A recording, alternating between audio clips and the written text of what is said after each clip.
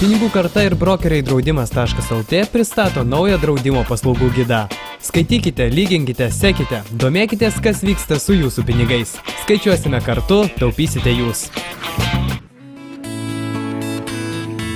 Jie sušildo, suteikia jaukumo ir autentiškumo. Taip, dabar jūs matote veltinių gaminimo procesą, tiksliau vėlimo iš natūralios vilnos, kaip tai darydavo mūsų protėviai. Specifinio amato meistrai niekur nedingo ir netradicinė produkcija, kurios nerasite įprastoje parduotuvėje, gimsta čia, ant darbo stalo, o ne ant gamyklos konvejerio, masiniu būdu. Vėlimo procesų reikia kruopščiai pasiruošti. Reikalingas tvirtas pagrindas, plėvelė, nes vėlimui naudojamas ir vanduo. Gaminamiems veltinukams reikia pasiruošti formą ir ant jų dėlioti vilną. Veliant tokį apavą, dirbinys nuolat apšlakstomas ar sušlapinamas vandeniu.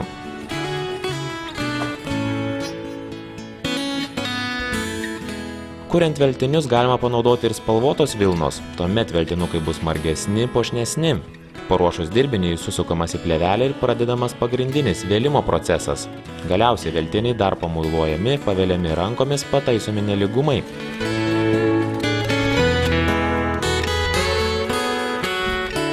Ir veltiniai jau galutinai suformuoti. Kuo ilgiau užtrunka procesas, tuo veltiniai pagaminami kokybiškesni ir atrodo dailiau.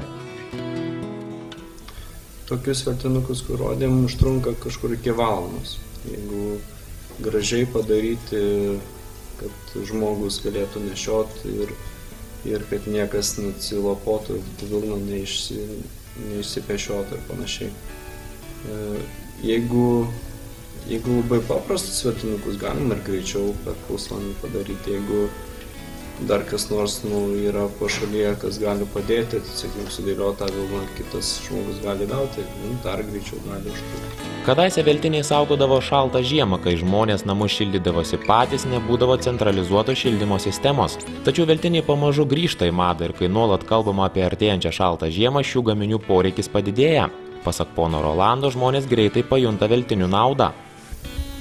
Privalumai visų pirma yra šilta avalynė, tai dažniausiai naudojama patalpoj apsimauti, jeigu yra šaltos grindys, šaltas mikroklimatas patalpoj, nes ne tik tai veltinukai šildo iš natūralios vilnos pagaminta, bet ir kita produkcija. Bet iš esmės mes darom veltinukus tam, kad žmogus galėtų užsimauti ant kojų, kad galėtų vaikščioti po patalpą, mėgautis šilumą, ne tik tai iš aplinkos, ne tik tai iš šilumos sistemos gaunama, bet ir natūralių būdų, tai yra vilnos pagalba. Kol kas veltinių paklausa nėra didžiulė. Žmonės, pasak Rolando, neretai tiesiog nežino, kur galima įsigyti tokios produkcijos. Tačiau akivaizdu, kad vėlimo amatas plečiasi. Menininkai reklamuoja savo produkciją, žmonės apie veltinius sužino iš draugų, pažįstamų. Po truputį didėjant paklausai gausėja ir vėlimo meistrų ratas. Entuziastai sparčiai mokosi vėlimo paslapčių. Kai žiema jau visai ant nosies, kodėl rinkai nepasiūlius kažko naujo ir neįprasto?